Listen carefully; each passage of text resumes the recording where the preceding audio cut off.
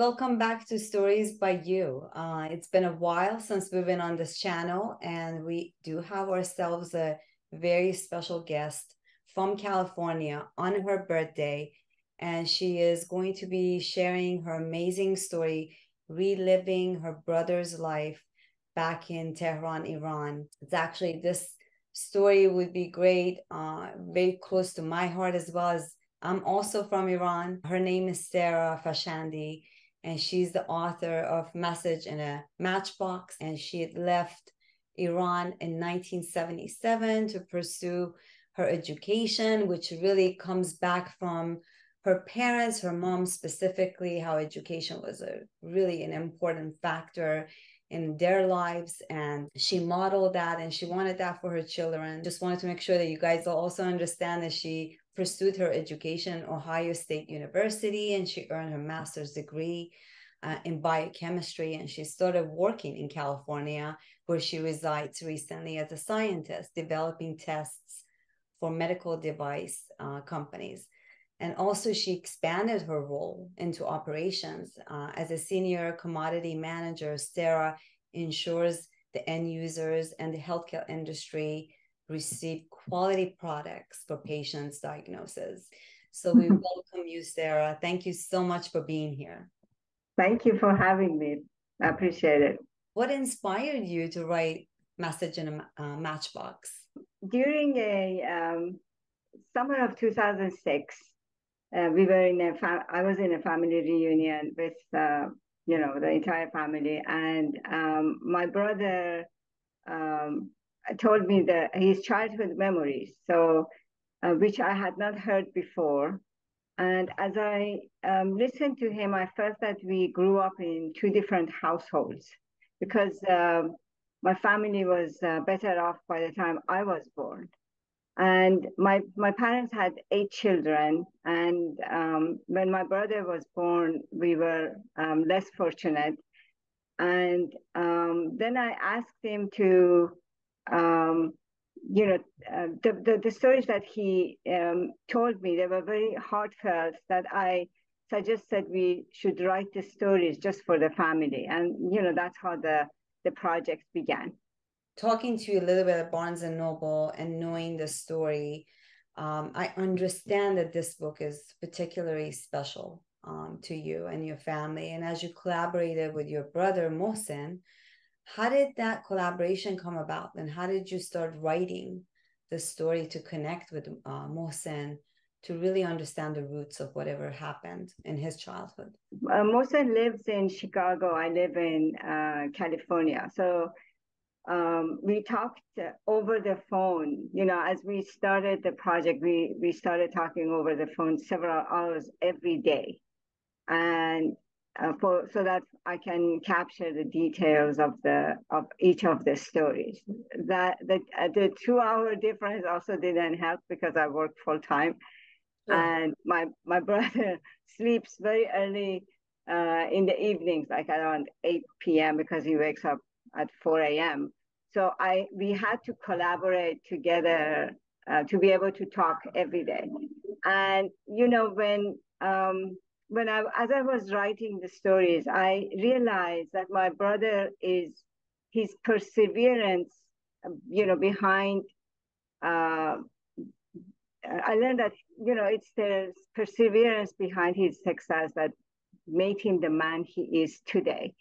As you learn in one of the stories, he made a makeshift incubator to make chickens, and he did not give up. He constantly tried new ways of making the incubator work.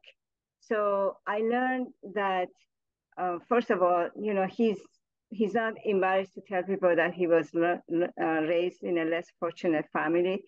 Mm-hmm. And also, he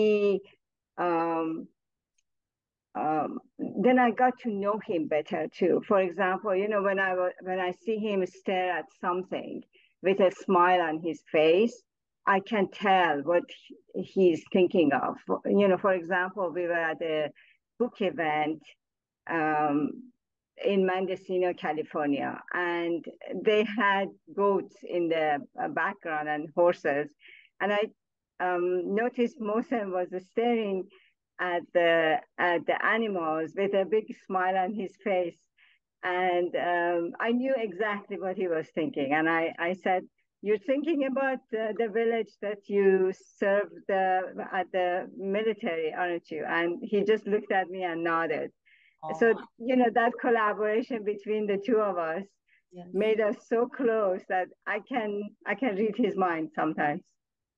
That's amazing to be able to collaborate and understand each other as a family member on a deeper level. His resilience to be able to open up to you, and that's really hard for a lot of, I guess, people in general that may not feel comfortable. What does this book mean to you, Sarah, and to your brother Mohsen, and to your family and your friends? That's a very good question. To me, this book is a treasure, and I'm really grateful that Mohsen has such a vivid memory, because he remembers the names, he remembers the places, he remembers the smell of places.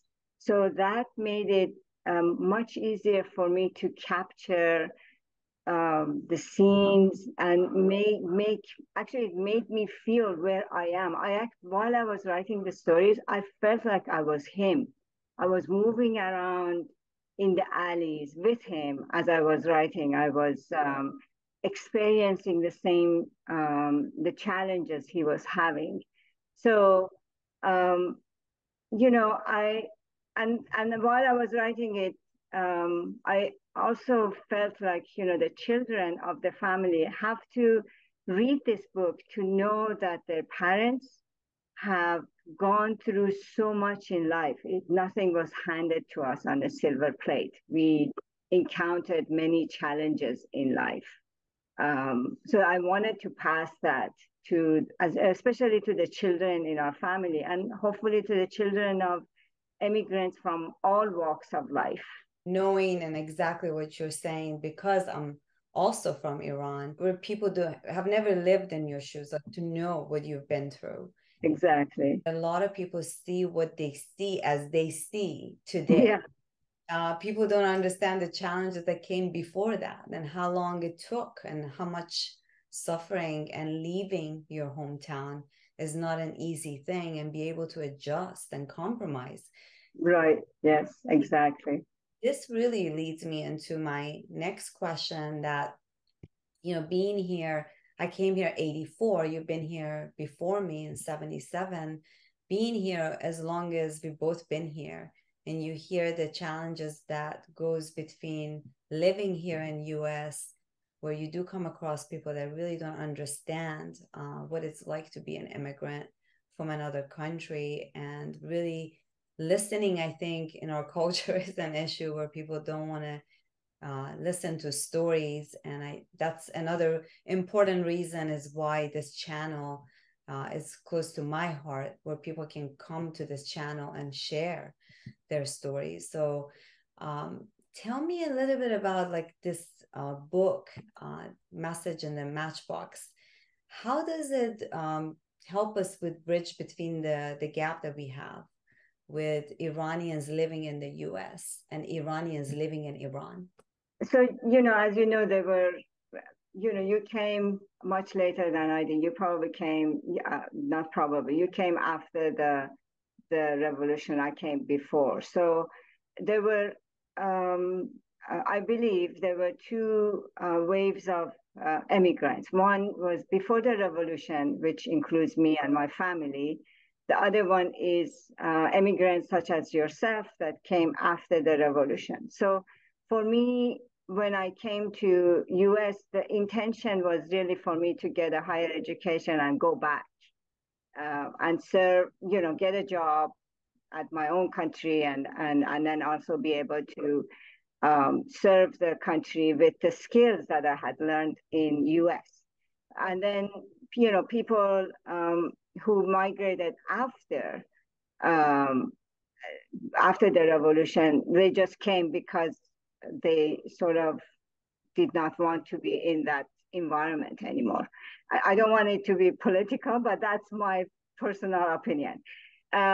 So the gap between how this book bridges the gap is, I think overall, it just shows the children of both families, either here or there, that parents, their parents have worked very hard to get to where they are today, and the challenges that they're experiencing or experienced in the past. So nothing was handed to us on a silver plate again. So I'm hoping by having this book, the generations understand that, you know, parents go through difficult times, challenges that they don't encounter. And parents in general, they want their children to have a much better life than they do. So this is what I'm hoping the book will convey to both generations from, you know, either here or there. We live in the US, where it gives opportunities to so many people around the world to come become a citizen here. And it's absolutely fabulous that you can come and get education here. All me and my family have been here since '84. Same as you, you know, education, trying to be successful, do the right thing. All of those stuff was the integrity and the moral that we learned from our parents. So there was a reason we came here, not to take advantage, but work hard. And like you said, I have a son as well that was born and raised here in the US. I do see the generational is very different for the way that we went through. Yeah. Our age group, and even our parents, like the boomers.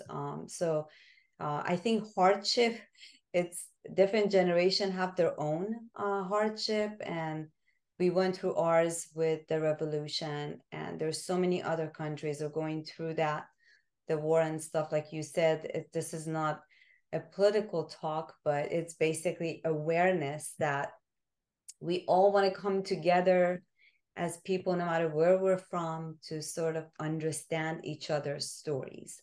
Exactly. And one another, and to, I think you can come so much in love and more compassionate when you do sit and listen to somebody else from a different background, and really to try to understand the person, whether that's physical health issues or they went through tough times like you did writing this book. That's why I say I give you a lot of kudos, and there was not a hesitation when I met you that you are going to come and talk about your book, and in the hopes of many people would go on Amazon. It's available on Amazon, Barnes and Noble, and purchase the book to read and understand. If they don't know anything about Iran, if they like history, it would be a great one to read, you know. And if I may add, you know, sometimes if we don't know about culture of other countries, that creates a misunderstanding between people. Yes. The more we know about the cultures, I think the closer we get to that person or people from that country, because we know why they behave, because, you know, culture does have an impact on the way we behave.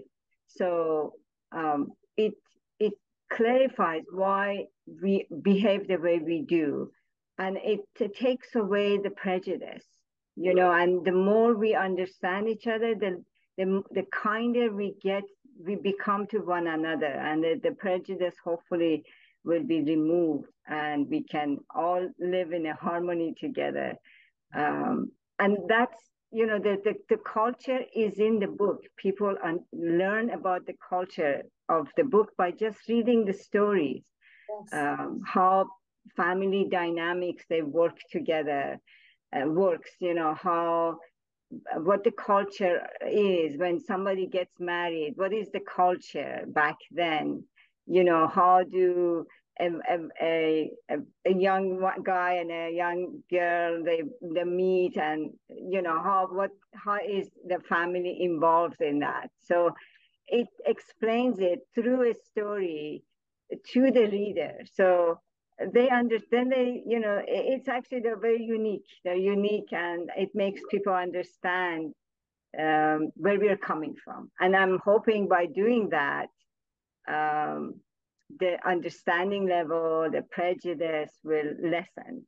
Yes, absolutely. I mean, that was going to be my last question, which you talked a little bit about. That is just as an author, what recommendations, Sarah, you would have for Iranian American writers interested in connecting with their homeland through family stories? And you did go through that a little bit. I think you hear people have a knowledge of Mm-hmm. culture, but is it really true? Have you actually sat down with Yeah. someone that is from those countries, and have you understood anything about their culture? And Yeah. when I met my husband, he's American, and he's never met anyone from Iran, and he never had dated anyone from a different culture than what he knows. So as we're together, and as he's learning, he's so intrigued and how much he loves it, where he'd never known. So I think Right. we can do that to give each other some kind of a grace when we don't understand. Ask and try to be understood, that maybe we're wrong about someone and their culture. Just coming from all walks of life, from all countries, and telling me the commonality between some of the stories. I mean, people from Italy come Yeah. to me and say, "Oh, I did the same thing as your brother." Yes. I love it. I love it. And it's so good because you get to hear so many and collaborate with one another, right? They read Yeah. your book, you read their book, and you just learn. We're all creatures of learning each and every day. If we don't learn, we don't expand, we don't get mature enough. Yeah. So I'm all about knowing more in the process in our lives. I think this is like, if this life is given to us, as might as well we go through it as a community, help each other, collaborate with one another. Tell us where the audience, whoever's watching, where they can find you, where would be the best place to get in touch with you if they have any questions. Where can they purchase your book? They can buy it from Amazon, sells it online, and also Barnes and Noble carries it online. Um, and you can find me I have a website, sarahfashandi.com.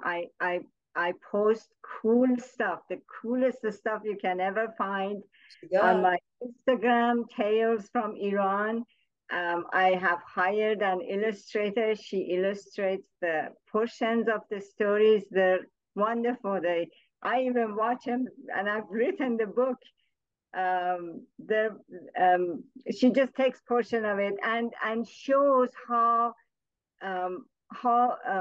the scene is, because sometimes you read something and you have something in your mind, but you don't know what a hose looks like, for example, a non-Iranian person, but the illustration shows what a hose looks like, which is a pond in our typical Iranian backyard back then. I don't know if they have it now. Or the bathrooms, how the bathrooms look like. I have pictures of that or illustrations of that. I've In seen the, it. yeah, Yeah. it's just very cool stuff. Less than a minute.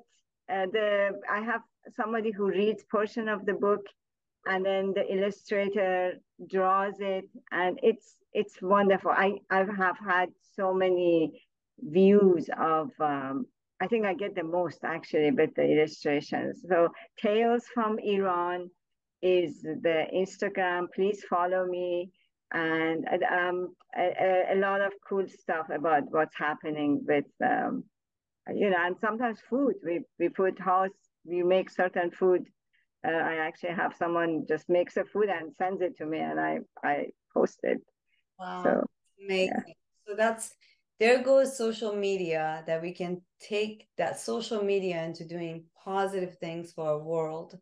And what you're doing is amazing. So Thank if you. there is one, I go through this at the end of each session when I have my interviews for the audience. If there is one encouragement that comes from everything that you've experienced in your life, what would you tell our audience to encourage them? I would like the audience to reach out to their elders, to grandparents, aunts, uncles, and anyone elderly in the family, in the neighborhood, and ask for their stories.